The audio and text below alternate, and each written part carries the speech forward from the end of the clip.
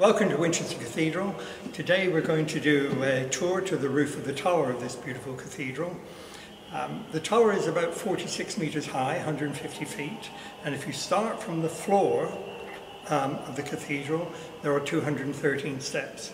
But today we're actually going to start from the triforium level, which is the first level in the cathedral. So the first stop on the tour is going to be the clerestory, which is actually the second level in the cathedral.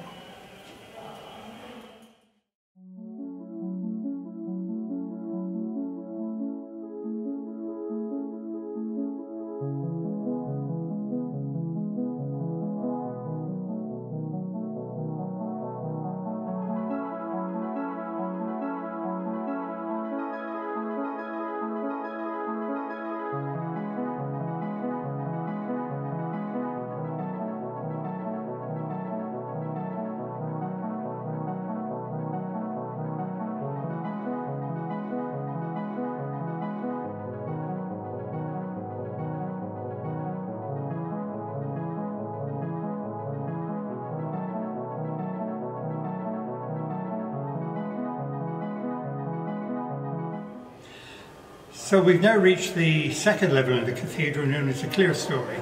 And why clerestory? Well, before the Reformation in 1538 there was a monastery here. And every morning one of the monks would come up here and open all the shutters on these various windows here to let the light in, hence clerestory.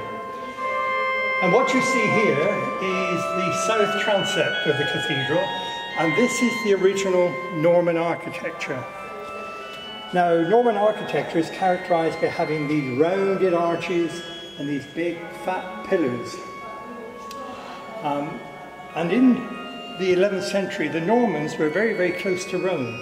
And the architecture kind of shows its Roman parentage. These arcades of arches, one above the other, looks just like the Colosseum in Rome, which is why it's also called Romanesque.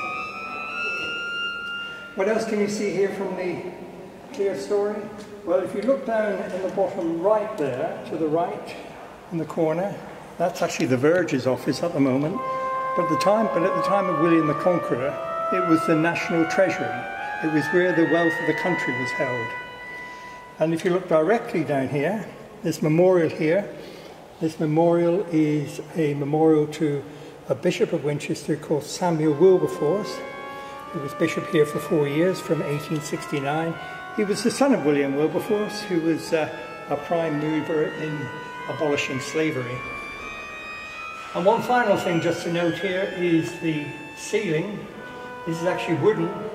It looks Tudor, but it's actually installed in 1823 and is made of wood.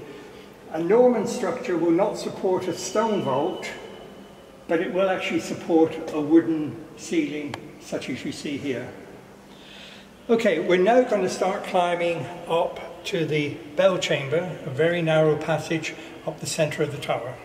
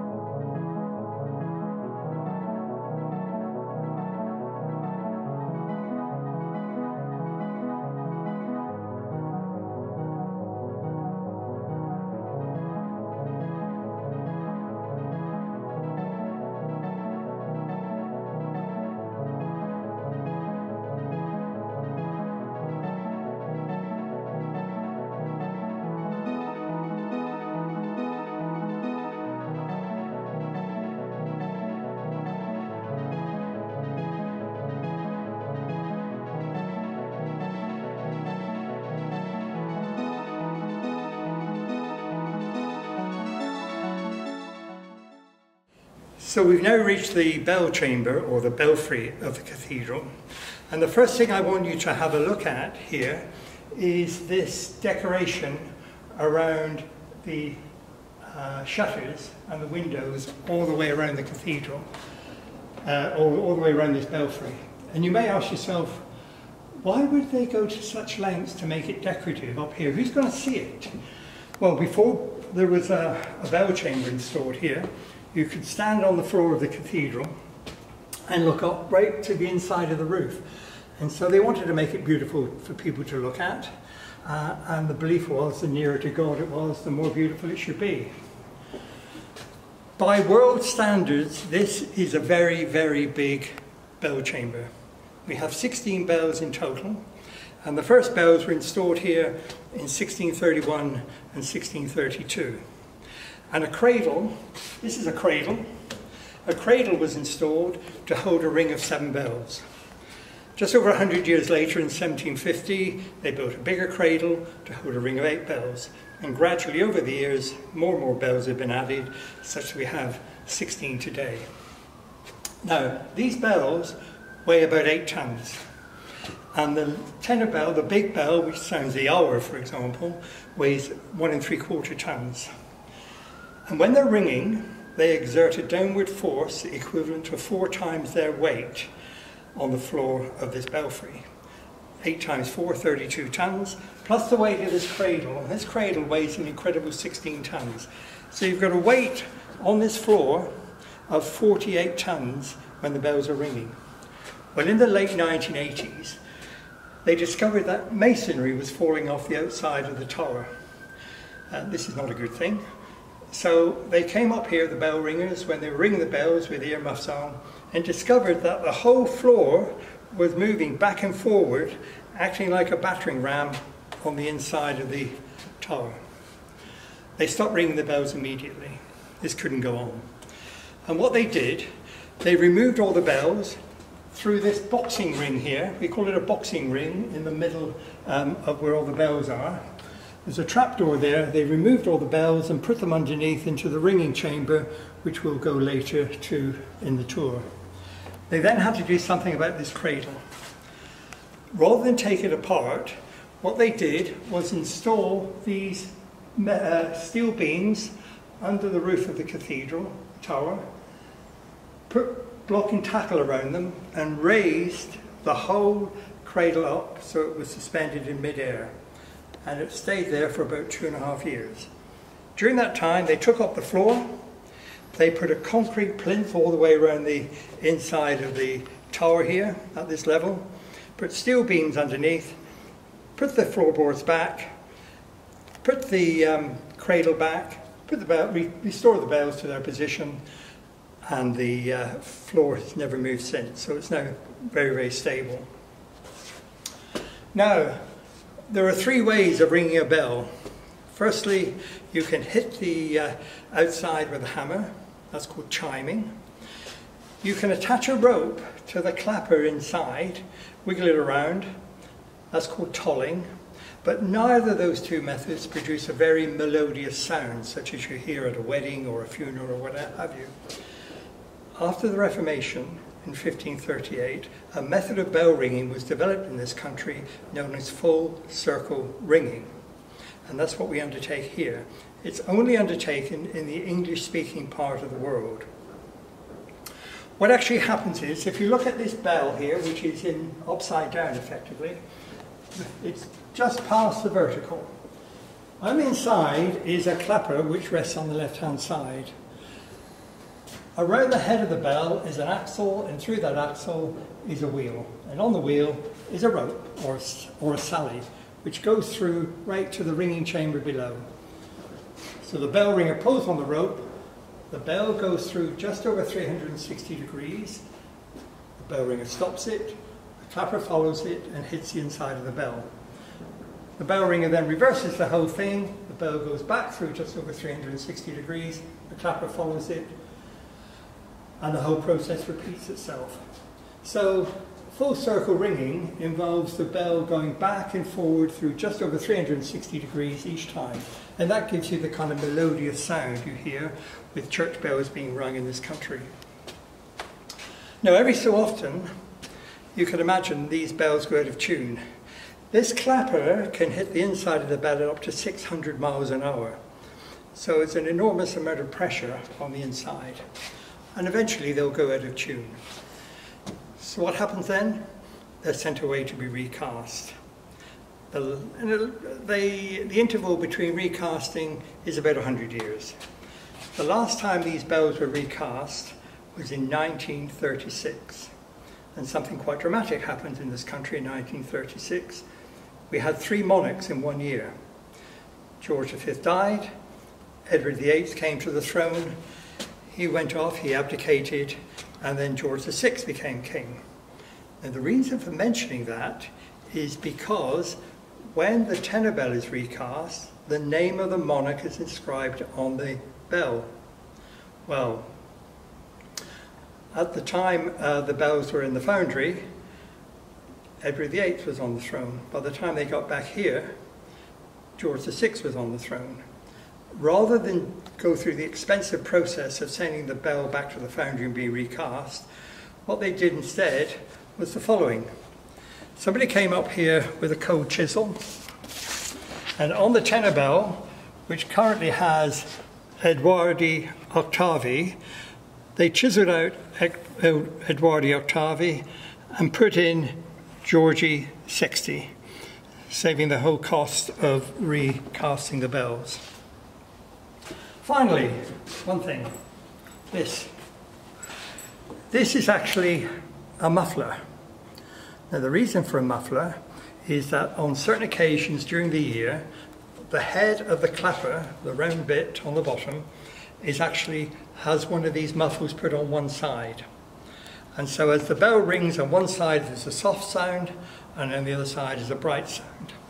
That happens at funerals, on Remembrance Day and on New Year's Eve.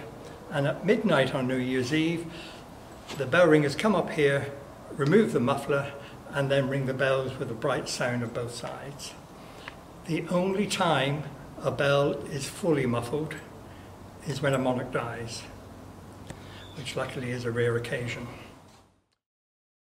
So that completes our tour of the bell chamber. We're now going to climb the remainder of the steps to the roof of the tower.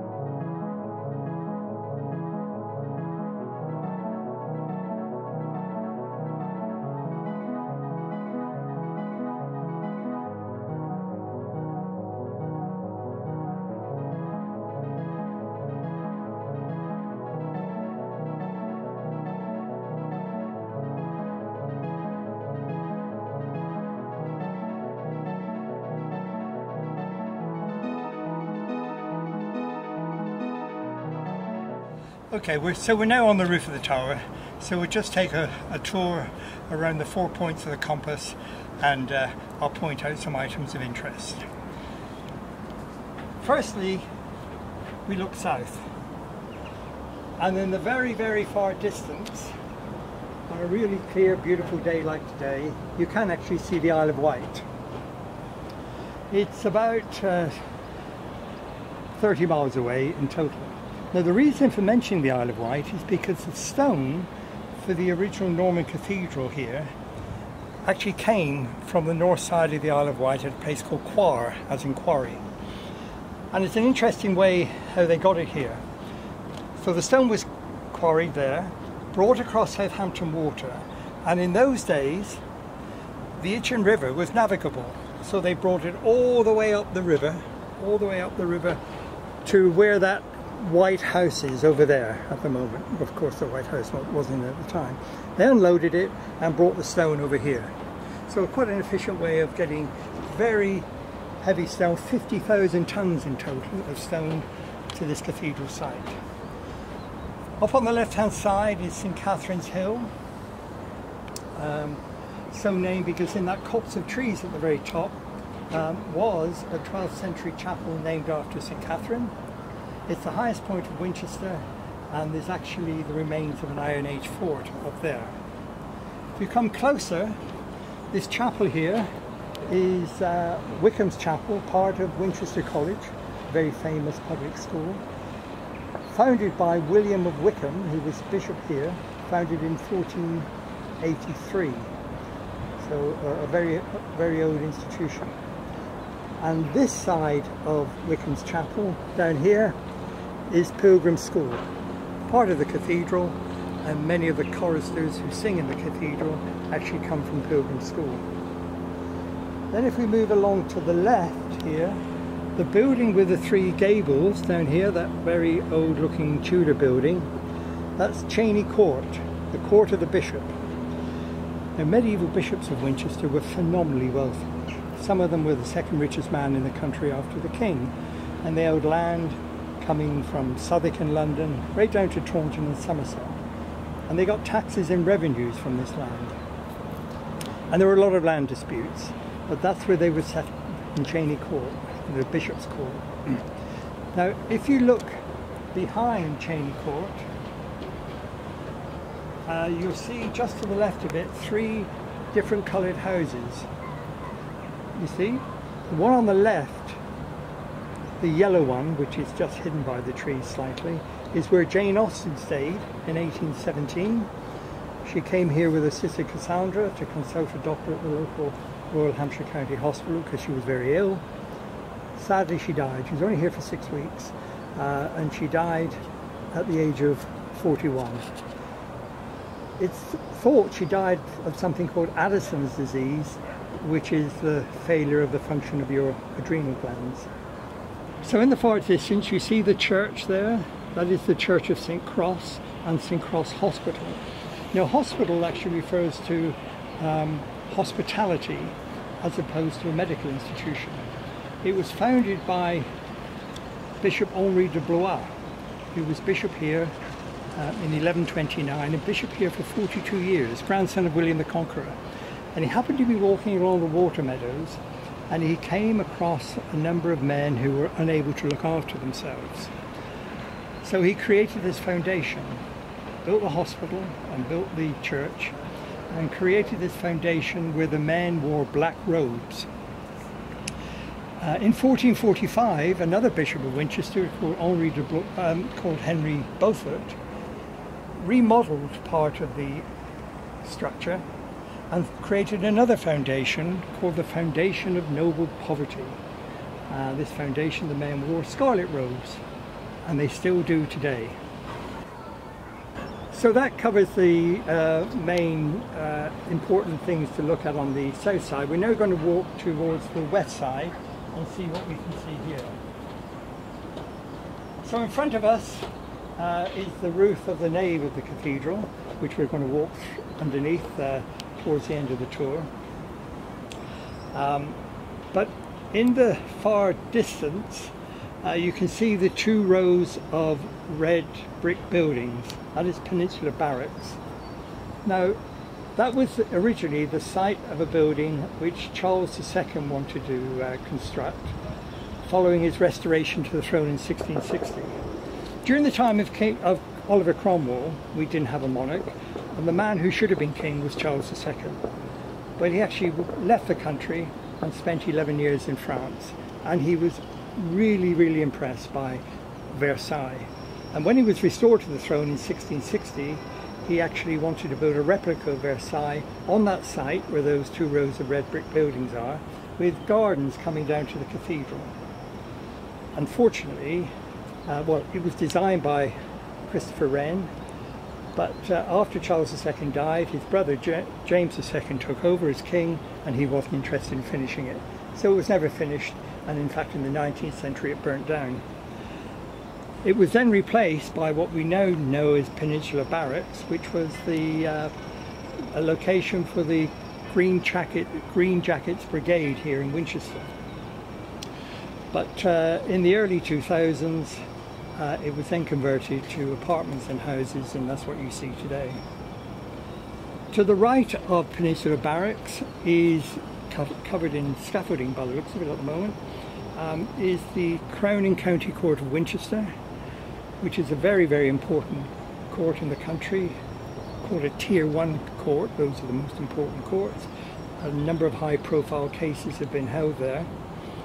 And behind it, you can just see the roof behind the courts, is the Great Hall. It was the Great Hall of Winchester Castle, and in that Great Hall is the Round Table, for which the Great Hall is very famous.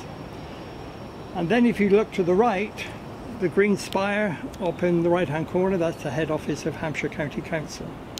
So now let's move to the north side of the cathedral.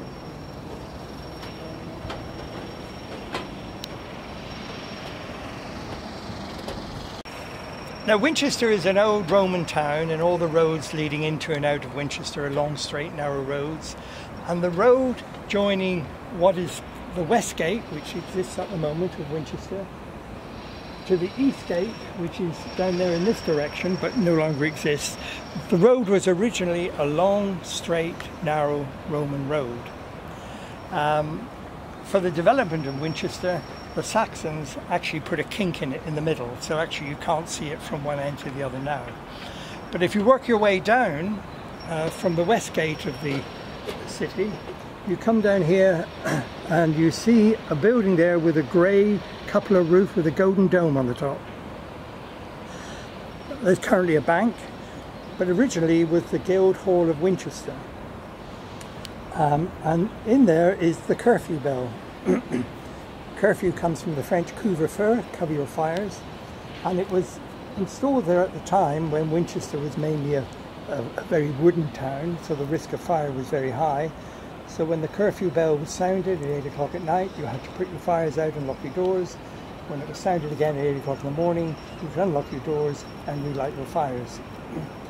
Coming further down the high street, the building there, the church there with a castellated tower, that is St. Lawrence in the Square. Very important church in Winchester. In fact, it is the only church of the Norman foundation which still exists within the old city walls. So it is called the Mother Church of Winchester. And the 16th bell in our belfry here comes from that tower, because originally there were 4 bells in there, but the tower was found to be not strong enough to support them, so the bells were distributed to various churches around Hampshire. If you come further down here, you see this tower here, down here. This is the tower of St. Maurice Church. And you may ask, well, where's the nave? Well, the nave was on the right hand side, but it was rather ugly, and it was actually knocked down in the 1950s. And now next to it is, replacing that nave, is Debenhams Tea Rooms. And the entrance there at the bottom of St. Maurice Church is a right-of-way. It's supposed to be the only church tower in the country which has a right-of-way through it. Come further down the high street, the building there with a rather Gothic-looking tower is the current Guildhall, completed in 1871, and stands on a piece of land which we now call Abbey Gardens, which King Alfred gave to his wife Ailswith at their wedding in the year 872. And in fact, when Alfred died, Ailswith had a nunnery built on that site, to which she retired until the day she died.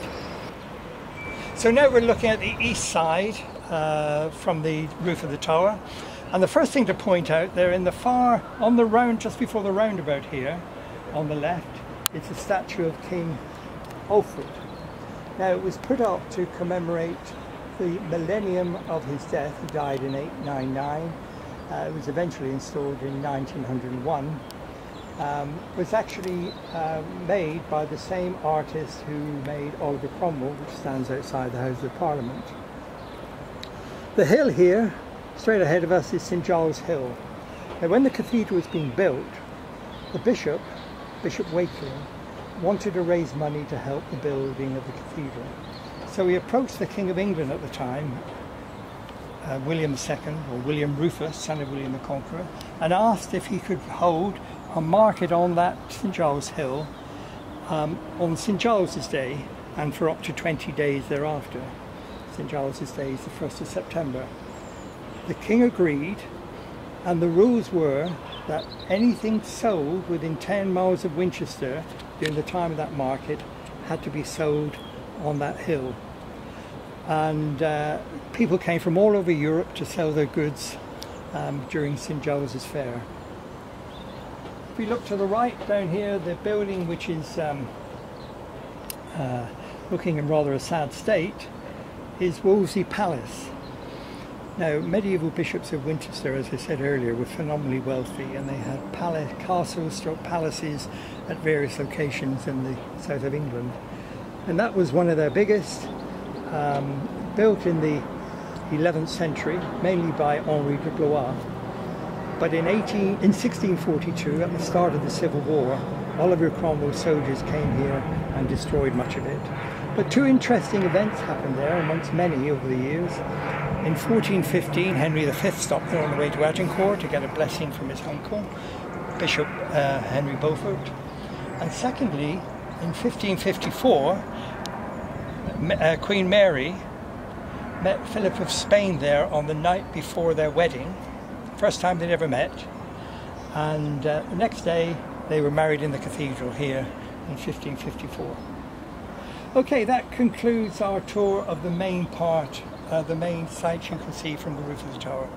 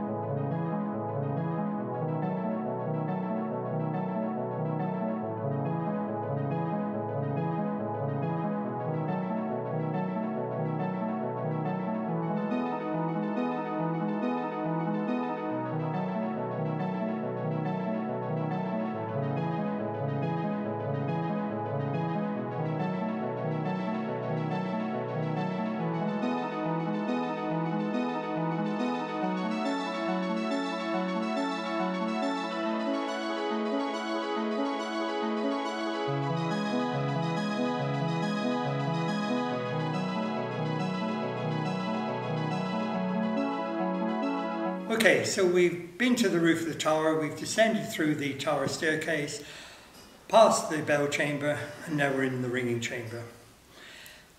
Now, in the 17th century, there lived a man called Fabian Stedman, who was a printer, he was a mathematician, he was the son of a Norfolk parson, and he was a bell ringer.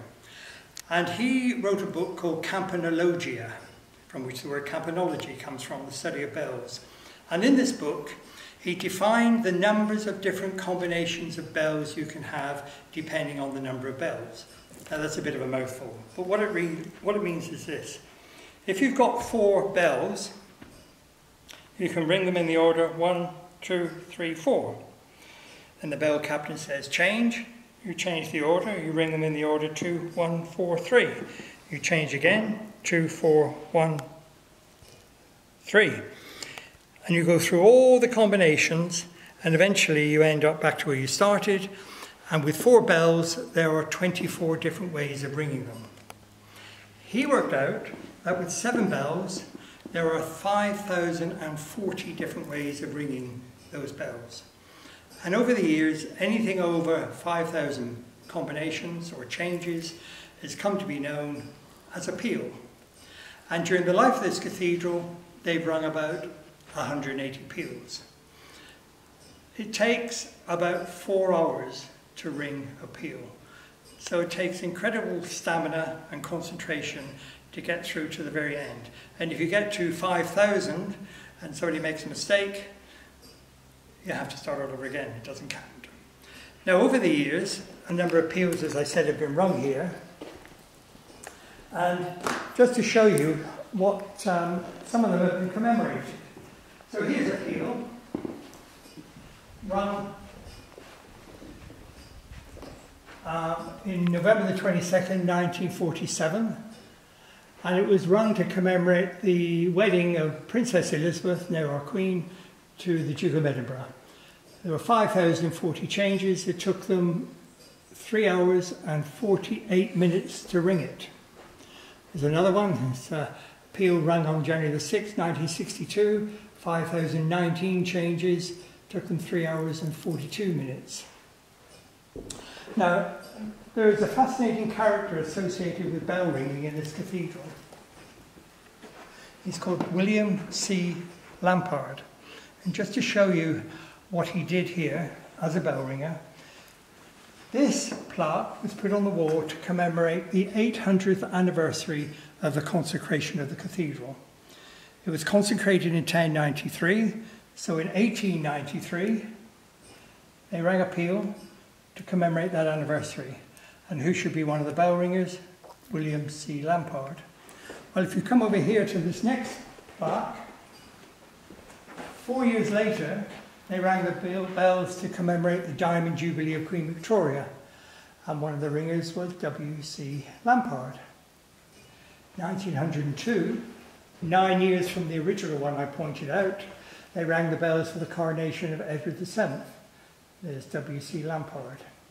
Then amazingly, in 1951 for the Festival of Britain, they rang the bells, and just remember that is 58 years after the first one I pointed out.